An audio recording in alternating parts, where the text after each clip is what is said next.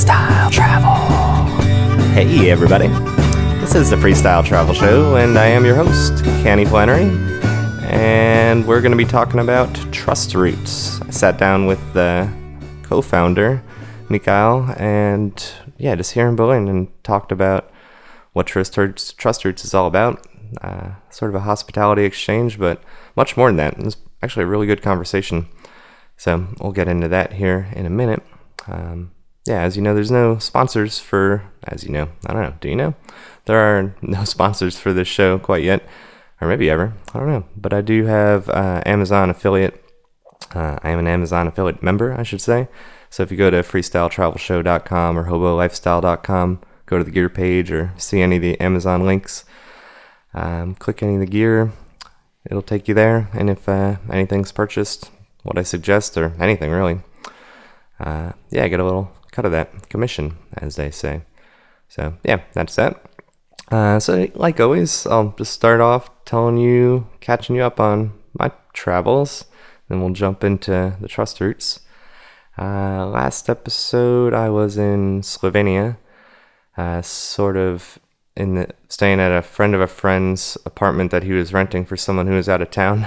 So I kind of had to just leave no trace kind of thing. It's kind of a funny situation, but it worked. I was able to hitchhike to Budapest really, really easily. Just one really short ride and then one really good ride from a couple of girls working in a pharmaceutical company. So it was kind of a lucky ride getting all the way. And I had nowhere to stay in Budapest. I had a host that sort of flaked on me, so I was sort of waiting for this message to come that never did come. But a different message came. I posted on the emergency group there in couchsurfing, and got a place to stay with someone really cool, actually, and stayed a couple nights with her. And the one day I walked around the city on my own, I met this guy from Florida, and he's been kicking around Spain and all over, and pretty cool guy. And we got to talking. He was going to go to Slovakia, to a little town called Mezdev, to trace down his roots. Sort of like an Ancestry.com sort of thing. And I was telling him my Flannery pub story, which is on hobolifestyle.com now. You can check that out. I was just going to a bunch of Flannery pubs. Kind of doing the same thing, but also just having fun. So I was telling him I was kind of going that same direction towards Košice, the city there. And he was like, well, let's go up together. He's like, I'll get us a bus ticket because I'm not hitchhiking. And I'm like, okay, fair enough. If you're down for that, I'm down to go party, pretty much. It was what it turned out to be more of than anything. It was pretty fun, actually. We kicked around Budapest some more, met up with some cool people there, rode the bus up to Košice, which was kind of funny because the bus was an hour, 2 hours late. So we kind of befriended the only couple people that were also on the bus. And we were all just drinking beers the whole time on the bus, just having a really, really good time. And one of the girls from the bus, she joined us for a little bit longer, and then kind of kicked it off and on for the next few days, along with some other people we met through couchsurfing hangouts and just wandering around the city, just exploring, checking things out. We met another guy who was into beer, went to some breweries, all this good stuff. And then finally, just me and him took the little bus to Mezdev. It's only an hour away. Tiny little town. We had a bunch of fun there, and finally I found like what looked like, on Google Maps anyway, like a town hall or something. So we went there the next day, because when we got there it was Sunday. And some woman kind of opened the door in a way that was like, I don't usually open this door ever. See people coming in this time, but and we're looking around, there's like drawings on the wall, like kids drawings, and we're like, where are we? And slowly it's revealed that, because she's just showing us around, that it's sort of like a learning center for astronomy, and there's actually a big telescope at the top. It's an observatory. And when he shows her his passport, kind of trying to get the point across, like he's trying to track down his roots, she got all excited and then ran to the door, and the name on the door of the office was the same last name. So I think it was her, actually. So it was kind of funny. We stumbled into the wrong place, but still found the information we were looking for. She even gave him a book written in English, just the history of the town. and his name's thrown in there a bunch of times. So he was checking out that in the days to come. But yeah, after that we took the bus back to Košice and quickly took a bus up to Krakow, or more of a van. Beautiful drive up to Krakow. And yeah, I got a hostel that first night, and then he got an Airbnb for the next few nights. We linked up with this Finnish guy we found who was cycling all over the place. So that was a pretty good time. We just had kicks in Krakow. Good food, lots of drinking on the streets and messing with people. They pass out a lot of flyers and junk over there, so we were just chatting them up and taking their flyers, passing them to other people, and just kind of screwing around. But yeah, lots of fun. And I think another podcast I mentioned kind of half jokingly about how some people use couchsurfing as a dating app and how it would be kind of interesting to use like a dating app as a couchsurfing app like Tinder. And that actually worked finally for the first time. So yeah, I did that the last night because dude hopped a plane back to Spain. Nice rhyme. And yeah, so I stayed a night with this girl who was actually also on couchsurfing, and really cool. So that was an unexpected good time. And finally, yeah, it just took a day to just recover and then hitchhiked here to Berlin. Here I am. Took a couple days, but yeah, the best ride in there was this Polish guy still in Poland, and took me back for a barbecue and a beer real quick. Just for a couple hours, met the family and friends and stuff. So yeah, it was altogether a pretty good couple weeks. And when I got dropped off in Berlin, I got dropped off pretty much right at the hackathon, went upstairs and met the whole Trustroots crew and talked to them, heard about what they were doing, and yeah, finally we just sat down and talked a whole lot about it. So yeah, it's a pretty interesting whole thing. So yeah, check it out. Here it comes. Hi everyone, so thanks for inviting me. It's nice to be here. So yeah, my name is Mikael, and I'm one of the co-founders of Trustroots, the new hospitality exchange website. Yeah, and we're here in the temporary headquarters. Indeed. Two days in Berlin with the team. So I know how it works. Pretty much, it's kind of like couchsurfing-esque hospitality. Yeah, I always struggle with this because people ask, so what do you do? What is it? And I'm like, I don't want to start like, couchsurfing? So that's what we are, But, Yeah. So I often do that, but... Well, some people know couchsurfing as a concept rather than... Yeah. So that's why it's so easy, It's kind of a lazy way to explain it. But how I feel that we often compete more with Facebook, actually. Yeah. In a way that, like, imagine there are these communities, and often they get active on Facebook groups, like community of hitchhikers or community of cyclists, etc. And it's just a bunch of people who trust each other because they share the same hobby. They have the connection. Yeah. Or their mailing lists, and etc. And they might not even think of like, oh, I'm going to that dance festival in Germany. I need to use couchsurfing to find a place there. They're like, I'm going to that dance festival. I need to find those other dancers. Exactly. So, yeah. And it's often the Facebook group where they would, right? So that's kind of the thing we want to do rather than couchsurfing per se, I feel. Well, that was one of the first bigger features I guess I saw you do, is the tribes. Exactly.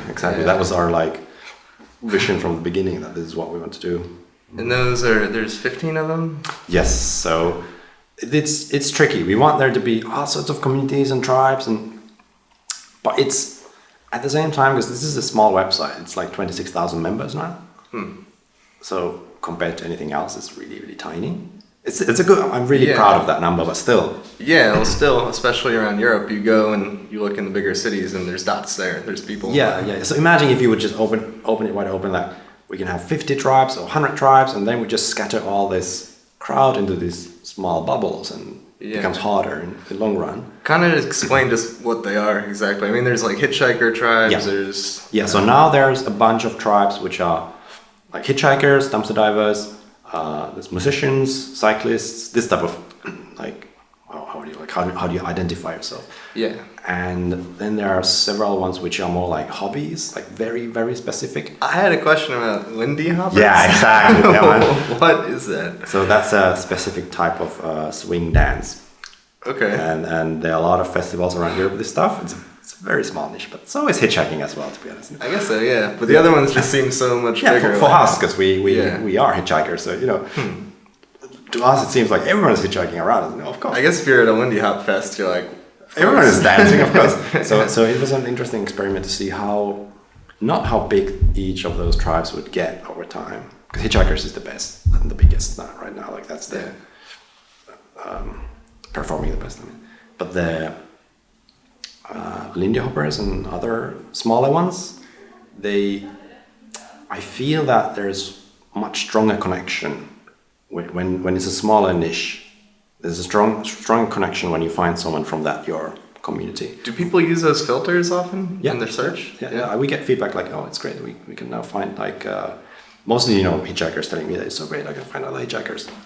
I've actually never thought of doing that, like zooming way out and then hitting a filter. It works. But I think man, you've been traveling in regions where there aren't that many people hosting anyway. But even in Europe, I'm thinking if the tribe's expanded and there is a brewer's tribe, I would just do that filter and look at all of Europe and be like, I'm gonna hitchhike to Prague to see this guy. Yeah, precisely. So that's the idea, that they might be not on your way. There might be no people, but it doesn't matter. You can do 100 Ks off that direction, and there's going to be this one person you really should meet because you share so much in common. And that would be cool. That's the thing. And it's easier because it's like those people might be off main cities. They might be in some village, but it doesn't matter because it's on a map.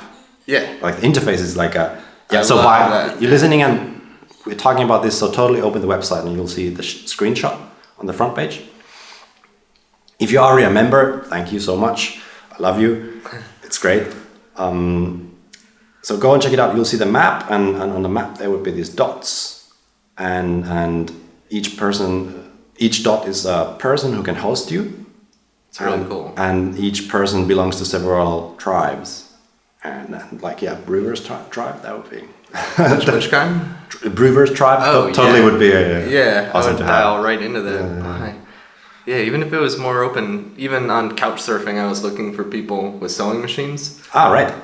And people, you can kind of type in keywords, but there's no way to generally search for that in any kind of civilized It's not really encouraged. I think that like both of these goals are sort of noble. So couchsurfing is the place where you would meet people you don't really know. How should I put it? Like the unknown people, the people who might be very different from you, like random people almost. Yeah. Which is great. I really like meeting people outside my circles.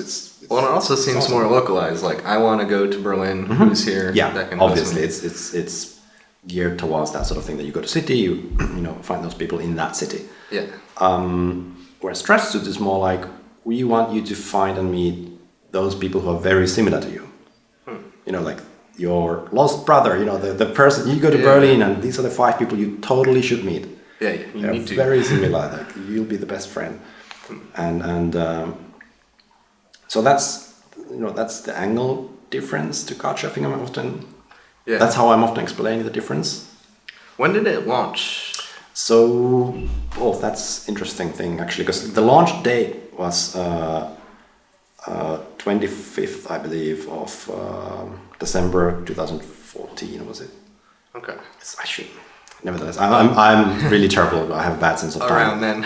It's been around for a while. It's been short, but still already a couple of years. The idea itself is older. Like me and others, we were working in another awesome project called Be Welcome. Yeah. It's also small, 100,000 members right now, I believe. It's been around for over 10 years now. Long time, yeah. So yeah, long time. Is that still kicking? It's kicking, and it's an awesome project. Nothing wrong with it. They're doing a little bit different thing, I feel. They are more like the couchsurfing alternative. I think that's often how it's introduced. Yeah, I think it seemed like they're the biggest alternative. Yeah. Well, more directly. I feel that numbers of members, it's the biggest, but actually the active members on Be Welcome, it's a bit different, the numbers. Yeah. I think I checked last time, it's 18%. I shouldn't really say any numbers, I didn't check this before. And then there's warmshowers.org, which is really interesting. It's really I like cool that one. So it's for hospitality exchange for long distance cyclists, touring cyclists. hyper specific. Yeah, exactly. Very passionate. Exactly. So that's kind of my like I'm a huge fan of warm showers. It's like that's my like I want to do that, but on a website where there are all these different communities. Yeah, the Trustroots is kind of a way to be warm showers at one time. It could be brewers for another thing. Yeah, but you would have that same like a small website, tight community feeling each time, no matter what's your community, that you would always find it. It almost is like little subreddits you can dig into. Yeah, totally. I like that comparison, And what is it you guys are getting done right now? So we're now in Berlin in a hackathon, and hackathon is something where a bunch of developers gather for a short time to work intensively on some topic. And this is a hackathon for Trustroots and foodsharing.de, which is like a big food saving project in Europe, and they're also producing software to do this globally.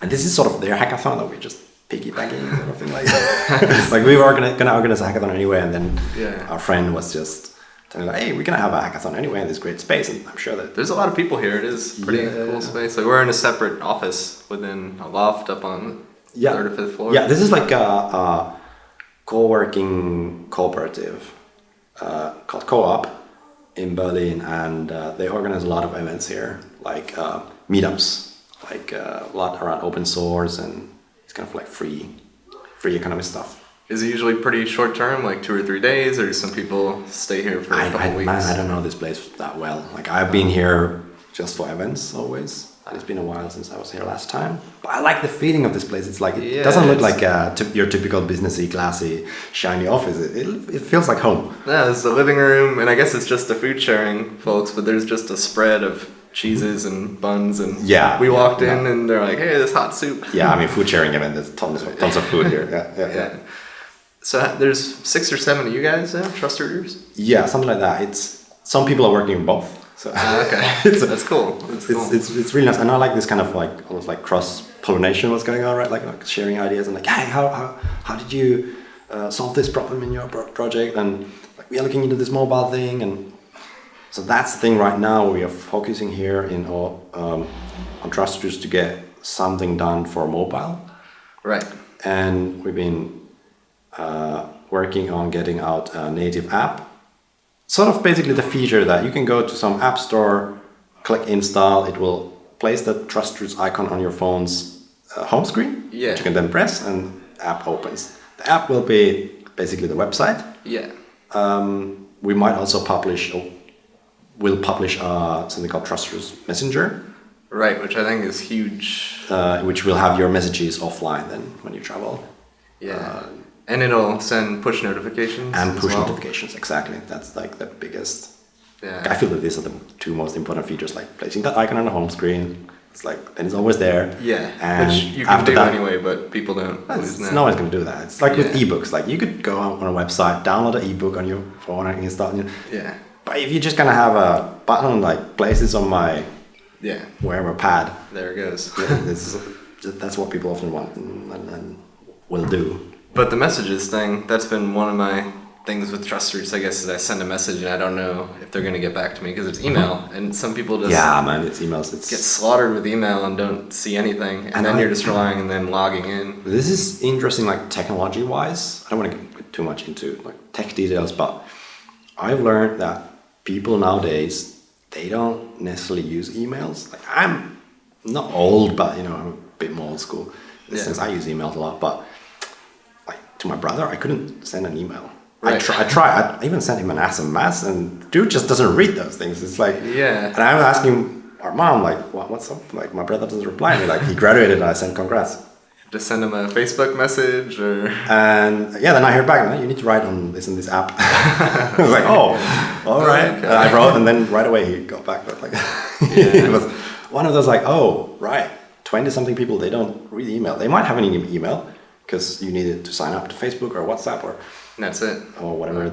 I think Instagram is huge and Snapchat and these things. Yeah. So we who produce these services, we need to remember that, and it was a good Well, it seems like this is going to be a major difference because now people are getting those pings right away. Push notifications. Or at least everyone who installs it. Yeah, I hope it will affect reply rates positively, and then people spread the word from there. So like, I just stayed with this person, and it was amazing. Yeah. And you've been using Trustroots a little bit, right? Like you've been a lot in the regions where it's not big yet. Like outside Europe, it's North America a little bit, but you. Parts of Nepal, there'd be like one dot on the map. And I bet that person is really cool though. I totally should meet up with them. But. So I should say I haven't officially stayed with anyone, but I have met some people on there, and I've had some good conversations as well. Mm-hmm. Just gone back and forth. I've had some people that are like, oh, I'm out of town, I'm actually traveling, but get in touch with this person or check this out while you're there. Yeah. And I should say welcome to Europe now. It's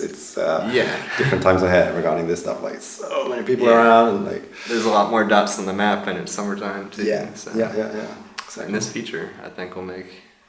So this is going to be pushed maybe tonight or tomorrow.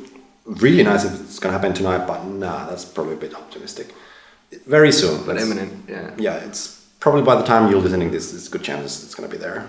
I'll be heading back home tonight, and so maybe on Monday or Tuesday.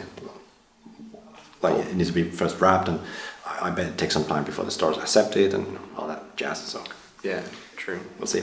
But then, like the next big thing for Trustroots, like these are like small improvements. Like push notifications is great, messages offline great, all that, getting it to your mobile. But we want to bring it more out from just hosting, because now I know a lot of people are there like, what, like, are we gonna change? Remember, change is good. Yeah. Because now it's useful for you only if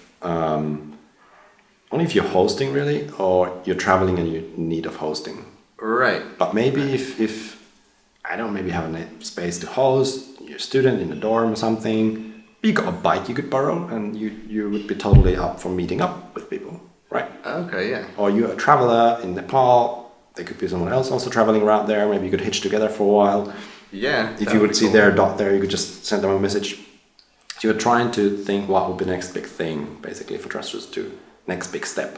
Oh, and pick people's brains, like expanding from that tribe thing. Like I feel that all this should like incorporate that, like should be around this tribes thing, like. Yeah. You should be able to, whatever it is, the other activity there, meeting other travelers somehow, it should all be around tribes. Like, you want to meet those like-minded people still. And well, even if, say you both live in Berlin and you're in a car mechanics tribe, then just send a message to another car mechanic.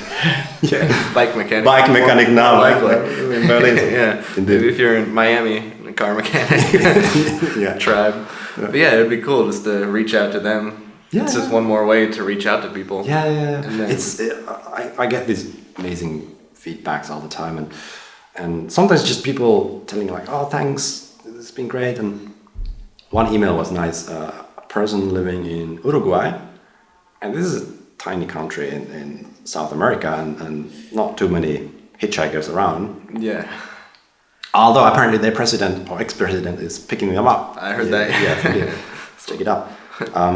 So this person wrote me that, hey, like, I saw another dot in the country, like those two people. Then he wrote to this other person, and they met up, and he's got a new friend now. Oh, cool. And that's it. Just it's so good to hear this. It's working. Exactly. Like neither of them was hosting or traveling, but just close enough, and there's someone interesting there. Cool.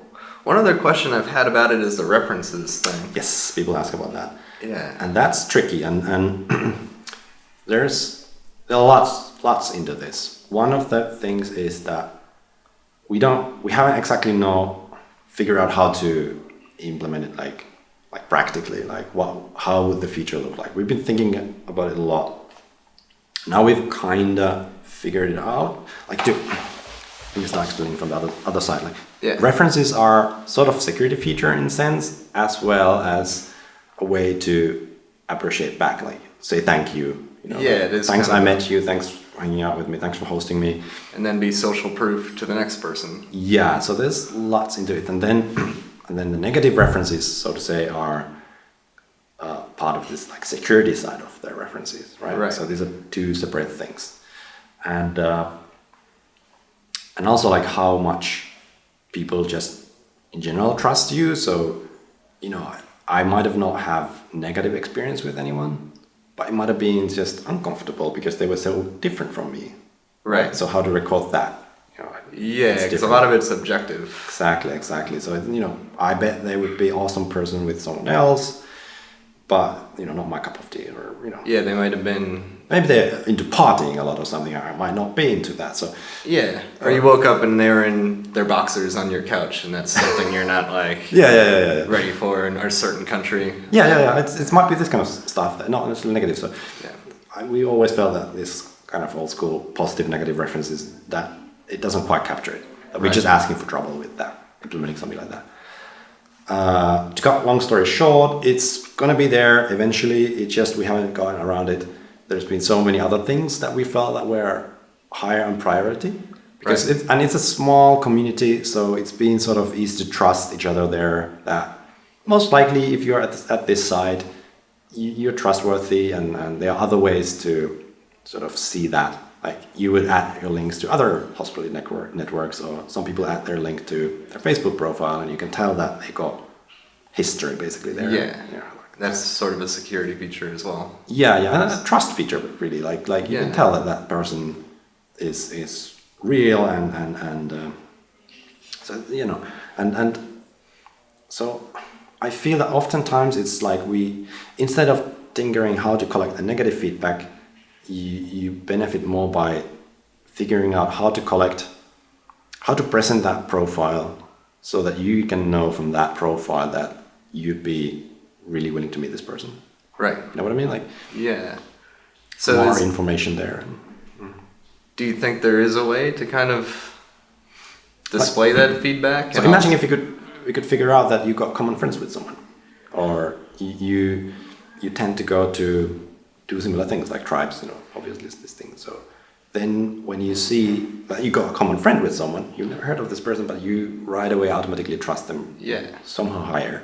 Especially if you could connect with Facebook, there's probably a way to do that and show mutual friends. Yeah, I don't want to do only the Facebook thing, but it's definitely there as well. Yeah, totally. But also on Trustroots, like there are a lot of people joining it, so there are ways to do. But this is all like me a bit half brainstorming and like just pouring out things that we've been thinking, and we've talked about it a lot too. And we tend to openly talk about our ideas around Trustroots, and it's often like kind of wild dreaming as well, like, oh, wouldn't it be cool to have this kind of thing? But, you know, at the end of the day, there's just so much you can implement. So if you know, none of us is working on this full time. It's just like a side project. Right. We're all quite busy people. We have other projects too. So it's really, deciding what needs to be done is tough. But for the security part of that, is there a way? You do have some kind of button like this person's a jerk, or like this person's really so dangerous. There's always the feedback we get. We've got a few cases where we've suspended people's profiles. Okay. Seems like it'd be pretty rare in this community so far. Yeah, totally. I've been involved in some other communities where it's way more cases like this, and it's been really, really nice. And there's next to message, there's each time we're asking, was this message like in the spirit of Trustroots? Like, yes or no? And there's been like less than 5%, I believe. It's been pretty stable percentage of threats, like new messages to a person, which were rated, no, this was not. But it might be just a short message, or, false expectations, or like what you expect someone to write to you as a... Yeah. So far I've gotten just good messages, so... It's good to hear. Yeah. This is cool. I like the direction it's going. I'm glad we talked more about the tribes feature as well. Yeah. I'm really looking forward to that, and I hope that we can add soon more tribes. We get all the time like suggestions to feature requests, I'm sure, constantly. Totally. Gonna go on. And like, we need this tribe. Could you add this and this? And we collect it all. We know what people want the most, and it'll happen. Just patience. Like always, we're hitchhikers, Yeah. You need patience. So when is the next big hackathon? Is there one in the works, or just? Good question. My life is about to get pretty more busy now this autumn with family stuff. So I don't know if I'm not gonna be able to organize anything like this Berlin thing. Like you're now listening, like I want to be part of that. I want to help you guys come to a hackathon. Sorry, I have no idea when it's gonna be the next one. These tend to happen kind of randomly. Yeah. Maybe some of the other people are gonna organize something. We'll see. But nevertheless, you can write us. You might be a developer. You might have some other skills. You can help us out anyway. Maybe you know something about growth hacking. Maybe you know something about writing, moderating social media, all that stuff. Okay. Replying support requests. There's a ton to do here, man. Like. Yeah, I'm sure. So they can just get on the site and find a link, send you. Yeah. There's what their interest is, what their speciality is. yeah. Just sign up and there's a link, volunteering. Oh, you'll find it there. Cool. That's what we should also mention. Part of the reason it's so trusting is there's invitation only. Yeah. So this is quite a recent thing. We changed it to invitation only. Partly because we felt that we didn't have I don't want to necessarily use the word quality here, but I'm kind of missing a better word right now. Like in terms of like what kind of people are joining. So if it's invitation only, we ensure that it goes like you'd invite your trusted circles and those invite their trusted circles, and it ends up being this like kind of inner circle. But right now it's just fine, and we just don't have those features in place which would ensure that everyone can be comfortable. Yeah. So eventually, yes. Well, there's trust there now. Yes. So now it's a bit different, and it's fairly easy to find invitations. So it's if you really want to get invited and you don't know anyone at the side. Yeah, I've had people message me, and Yeah. I've talked to people and given them invitation codes. So Yeah. It's like I'm sure people who are listening to this, they belong to communities of like hitchhikers, maybe dumpster divers, traveling cyclists, and all this. And there are plenty of Facebook groups or other way you can go and ask around. yeah, Maybe you'll find someone who thinks you should also join, and we'll see how it goes. We are following statistics, how it works, and we'll see. yeah. All right. Anything else you wanna? On Trustroots, well, the thing is that with the Trustroots, they're thinking like what we always do, because this is not our only project. It's like we got HitchWiki, Right. we got TrashWiki, so HitchWiki for hitchhikers, like knowledge. Which is huge. It's massive website, man. And TrashWiki for dumpster divers, all the information, how tos, and etc. And then we got NomadWiki, which is basically like Lonely Planet but for tramps, Right. like all the other info that doesn't fit into HitchWiki and TrashWiki, they go to NomadWiki.